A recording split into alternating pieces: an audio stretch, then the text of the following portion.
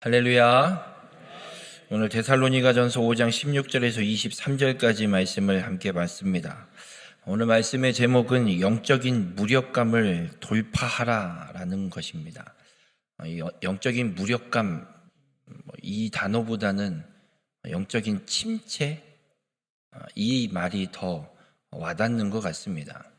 우리가 운동 선수들, 스포츠 선수들을 보면 축구가 됐든 야구가 됐든 프로 선수들을 보면 이런 모습을 보게 됩니다. 슬럼프에 빠지는 경우가 참 많습니다. 그 슬럼프에서 헤어나오기 위해서 꽤 오랜 시간이 걸리는 사람도 있고 짧게 잠깐 스쳐가듯이 슬럼프에 빠지는 사람들도 있습니다. 근데 신앙생활을 우리가 이렇게 삶을 살아가다 보면 우리 신앙생활에도 이런 슬럼프, 영적인 침체기가 올 때가 있습니다. 그런데 우리가 잊지 말아야 될 게 있습니다. 이런 영적 침체기 혹은 영적인 무력감이 올 때, 나는 안 되는 사람인가 보다, 이렇게 자책하지 마십시오. 누구나 올 수 있고 당연합니다. 운동 경기 선수들도 당연히 슬럼프가 와서 아무것도 할 수 없는 그냥 주전으로 뛰지도 못하고 그냥 벤치나 지켜야 되는 그런 시기를 꽤 길게 가져가는 사람들도 있습니다. 그렇다고 해서 그 선수가 그 팀에서 퇴출당하거나 아예 경기를 은퇴하거나 그 종목에서 은퇴하거나 하지 않습니다. 우리의 이 신앙의 삶에도 이런 영적 무력감 혹은 영적인 침체가 올 수 있음을 인정하시길 바랍니다. 중요한 건 그런 시기가 우리에게 올 때 그 상황을 어떻게 돌파해 가느냐, 그 영적인 침체기를 어떻게 이겨내 가느냐가 중요한 겁니다. 오냐 안 오냐는 중요하지 않습니다. 만약 내 삶에, 내 신앙의 생활에 그런 영적인 무력감 혹은 침체기가 올 때 오늘 이 말씀을 통해서 어떻게 돌파해야 되는지를 깨달으시고 그저 주저앉는 자가 아니라 하나님 앞에 더 가까이 나아가는 귀한 축복의 삶이 되시길 주님의 이름으로 축원합니다. 그럼 이런 궁금증이 먼저 생깁니다. 왜 영적인 침체기가 올까? 이 영적인 무력감이 왜 올까? 무엇 때문에 그런 일들이 우리 앞에 펼쳐질까라는 거예요. 생각을 해보면 이런 생각이 듭니다.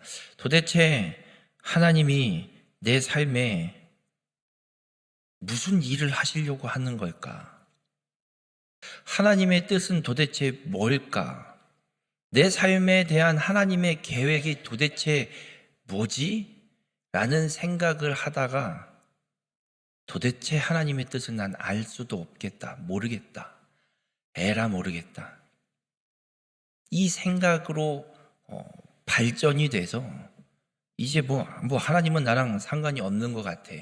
이런 생각에 빠져버리는, 그러다 영적인 침체기, 영적인 무력감이 오게 되지 않나 생각을 하게 됩니다. 그런데 여쭤보겠습니다. 여러분, 하나님의 뜻이 무엇인지 모르십니까?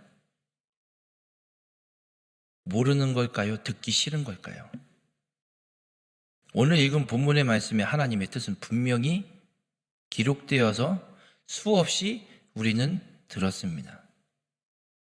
오늘 본문에 있는 말씀만 보겠습니다. 하나님의 뜻이 무엇이냐? 항상 기뻐하고 쉬지 말고 기도하고 범사에 감사하는 것. 이게 하나님의 뜻입니다. 기도하는 게 힘드니까 기도를 언제까지 해야 되는 거야? 항상 기쁠 일이 있어야 기뻐하지. 범사에 감사는 도대체 감사할 일이 뭐가 있지? 여러분, 우리는 이미 하나님의 뜻을 들었습니다. 뭘 더 바라십니까? 점쟁이가 점 찍어주시지 이렇게 하세요 저렇게 하세요를 바라시는 겁니까? 영적인 침체기가 오는 이유 중에 하나는 우리를 향하신 하나님의 뜻을 우리는 분명히 들었는데 이 뜻을 행하는 게 싫어서, 하나님, 나는 그냥 적당히 이렇게 살고 싶은데 뭘 항상 기뻐하라고요? 기쁠 일이 없어요, 하나님. 못하겠어요. 영적 침체기, 영적 무력감이 오는 이유 중에 하나는 이걸 겁니다. 들려지는 주님의 음성이 분명히 있는데 그대로 하기 싫어서, 주님의 말씀대로 하기 싫어서, 내가 하고 싶은 대로 해보려고, 내 본성에 따라서 살고 싶어서, 그래서 주님의 음성이 들림에도 불구하고 그 음성을 뒤로 밀어버리는 이 일 때문에 우리의 삶에 영적인 침체기, 무력감이 빠지게 되는 것 같습니다. 우리는 이 생각을 분별해야 합니다. 주님은 우리에게 이렇게 말씀합니다. 요한계시록 3장 20절에 볼지어다 내가 문 밖에 서서 두드리노니 누구든지 내 음성을 듣고 문을 열면 내가 그에게로 들어가 그와 더불어 먹고 그는 나와 더불어 먹으리라. 여러분, 주님은 끊임없이 우리의 문 앞에서 두드리고 계십니다. 우리와 함께 대화를 나누고 우리에게 주님의 말씀을 들려주길 원하셔서 끊임없이 문 앞에서 문 열어주기를 기다리고 문 두드리고 계십니다. 그런데도 주님의 뜻을 모르겠다고요. 주님의 음성이 안 들린다고요. 못 듣는 게 아니라, 안 들리는 게 아니라 내가 듣기 싫어서 귀를 틀어막고 있는 줄도 모르겠습니다. 우리 모든 성도님들, 영적인 무력감이 오는, 영적인 침체기에 빠지는 이유 중에 하나는 바로 주님의 음성을 들으려고 하지 않는 겁니다. 언제나 내 곁에서 문을 두드리고 나와 더불어 먹기를 기다리고 계시는 주님의 음성을 듣는 자가 되시길 바랍니다. 주님은 멀리에 계시지 않습니다. 뭔가를 우리가 해야지 우리를 찾아오시는 분이 아닙니다. 이미 찾아오셔서 문을 두드리고 계십니다. 주님을 만나기 원하십니까? 문을 여십시오. 문만 열면 됩니다. 뭘 대단한 걸 하는 게 아니라 내 마음의 문을 두드리고 계신 주님의 그 두드림을 듣고 그냥 문을 열면 주님은 우리와 만나주시고 우리와 함께 교제해 주시는 분임을 믿으시길 바랍니다. 우리 모든 성도님들, 영적인 침체, 이 영적인 무력감에 빠지게 하는 이 잘못된 생각을 분별하시는 우리 모든 성도님들이 되시길 주님의 이름으로 축원합니다. 그럼 이렇게 찾아온 영적인 무력감, 이 영적인 침체기 어떻게 우리가 돌파할 수 있을까? 오늘 읽은 본문의 19절부터 그 돌파의 방법을 우리에게 말씀해 주고 있습니다. 19절에는 이렇게 말씀합니다. 성령을 소멸하지 말며. 이 소멸하다라는 헬라어가 갖고 있는 뜻은 이런 뜻입니다. 불을 끄다, 냉각시키다, 억압하다, 억제하다. 성령을 억제하지 마십시오. 과거에 이런 일들이 있었습니다. 좀 보수적인 교단 그리고 보수적인 교회에서는 방언으로 기도하는 것도 쫓겨났습니다. 뭐 하는 거냐고, 기도를 왜 그렇게 하냐고. 성령께서 역사하셔서 방언으로 기도하게 하시는데 기도를 왜 그렇게 하냐고 쫓아냅니다. 이게 성령을 소멸하는 겁니다. 성령을 소멸한다는 건 성령의 역사를 강제적으로 억눌러 억제하는 겁니다. 성령께서 역사하셔서 은사를 나타내려고 하시는데 됐고요, 난 됐고요, 안 할래요, 내 스스로 그걸 막아버리는, 그래서 자기의 본성대로 그냥 내가 하고 싶은 대로 살아가는 것, 이게 성령을 소멸하는 겁니다. 또 20절엔 이렇게 말씀합니다. 예언을 멸시치 말고. 여러분, 이 예언은 하나님께로부터 받은 말씀을 전하는 게 예언입니다. 동쪽으로 가시면 귀인을 만날 거예요. 이건 예언이 아닙니다. 착각하시면 안 됩니다. 그냥 거짓말이고 그냥 귀신의 노름이지 예언이 아니에요. 예언은 하나님께서 선지자를 통해서 이 선지서를 기록해서 지금 우리에게 말씀하고 있는 것처럼 하나님께서 하시고자 하는 말씀을 사람을 통해 우리에게 주시는 것, 이것이 예언입니다. 예언을 멸시하다, 이 멸시하다라는 말은 아무것도 아닌 것으로 여기는 것. 하나님의 말씀을 아무것도 아닌 것으로 여기는 것, 하나님의 말씀을 무시해버리는 것, 이게 예언을 멸시하는 겁니다. 영적인 침체기, 영적인 무력감을 돌파하려면 성령을 억제하시면 안 됩니다. 하나님의 말씀을 무시해서도 안 됩니다. 하나님의 말씀에 그렇게 기록되어 있으면 그렇게 하십시오.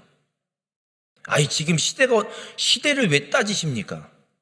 시대 따지지 마십시오. 2000년 전 예수님 성경을, 그럼 말씀을 지금 왜 보고 있습니까? 시대를 따지면. 시대를 따진다 그러면 성경 버려야지요. 성경은 붙잡고 시대를 따진다? 이거는 말이 안 되는 소리입니다. 우리가 영적인 침체기를 돌파하려면 성령의 역사하심을 우리는 그대로 드러내야 됩니다. 막으시면 안 됩니다. 성령께서 기도하게 하시면 기도하시고, 찬양하게 하시면 찬양하시고, 전도하게 하시면 전도하시고, 봉사의 자리를 하나님이 부르시면 가셔서 봉사하시면 됩니다. 그게 성령을 소멸하지 않는 겁니다. 그리고 주의 말씀을 무시하지 마십시오. 항상 기뻐하라 말씀하십니다. 뭐가 그렇게 기뻐요? 죽을 자를 구원해 주신 하나님의 그 구원의 은혜 때문에 기쁩니다. 가족을 잃은 슬픔보다 하나님의 구원의 기쁨이 더 큽니다. 안타까운 누군가의 죽음보다 우리를 구원하신 하나님의 구원의 기쁨이 더 큽니다. 그래서 기뻐하는 겁니다. 주의 말씀이기에 우리가 그 기쁨, 그 구원의 기쁨을 누리고 그 기쁨으로 살아가는 겁니다. 우리 모든 성도님들, 내 문 밖에 서서 두드리고 계시는 주님의 음성을 들으시고 이 영적인 무력감, 이 영적인 침체기를 돌파하시는 믿음의 삶이 되시기 바랍니다. 또 21절에 이렇게 말씀합니다. 범사에 헤아려 좋은 것을 취하고. 이 범사는 그냥 단순히 모든 것을 의미하는 단어가 아닙니다. 오늘 21절에 기록되어 있는 이 범사에라는 이 단어는 성령의 은사에 관한 겁니다. 그래서 이 헤아려라는 단어는 금을 재련하는 용광로에 넣어서 진위를 확인하는 것을 나타내는 단어예요. 범사에 헤아리라는 말은 성령의 은사가 진짜인지 아닌지 확인하라는 얘기입니다. 이 성령의 은사의 나타남, 교회에서 믿음의 신앙의 생활을 하는 과정에 여러 역사들이 나타나게 됩니다. 그리고 여러 말들을 하게 됩니다.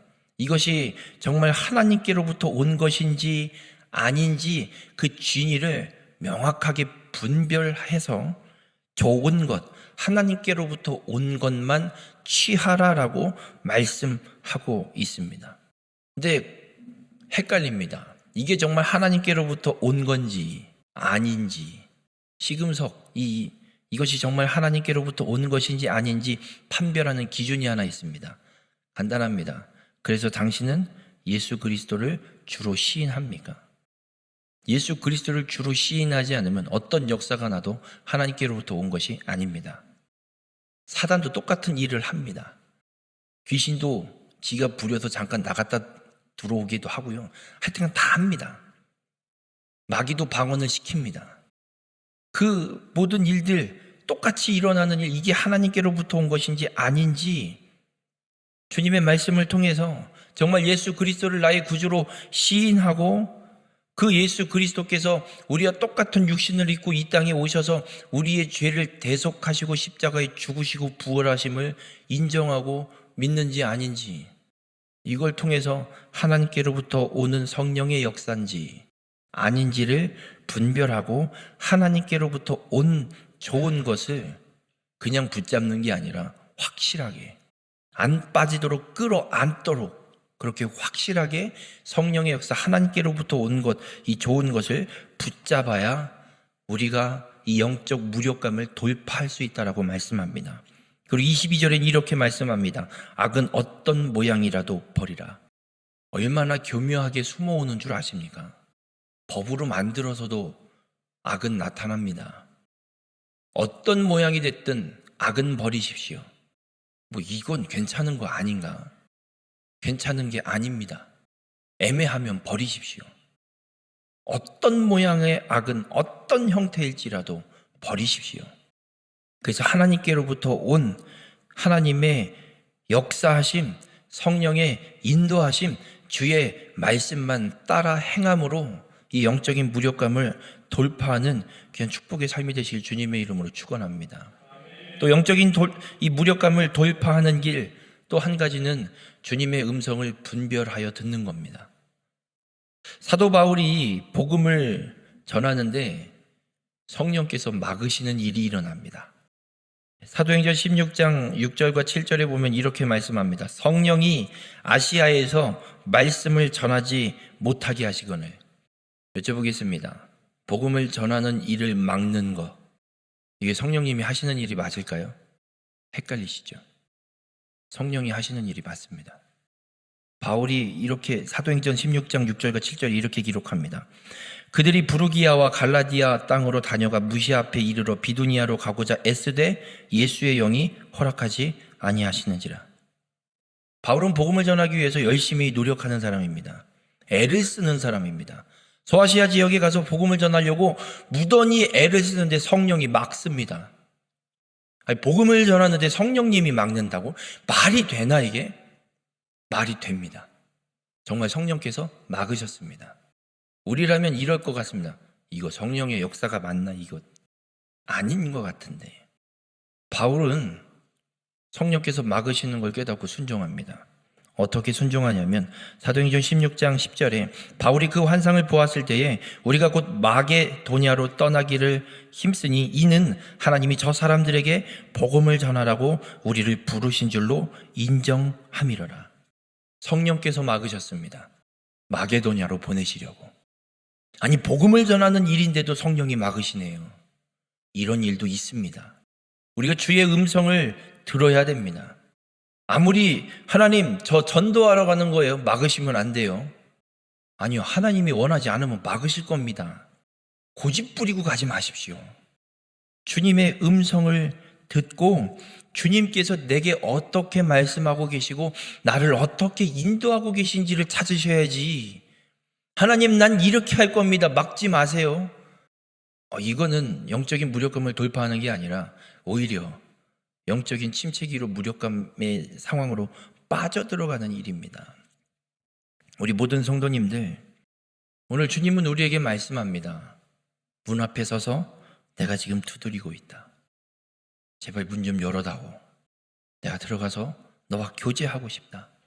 너의 삶을 내 뜻 가운데로 인도하는 그 삶으로 끌고 가고 싶어서 내가 너랑 교제하고 싶고 이야기를 하고 싶다.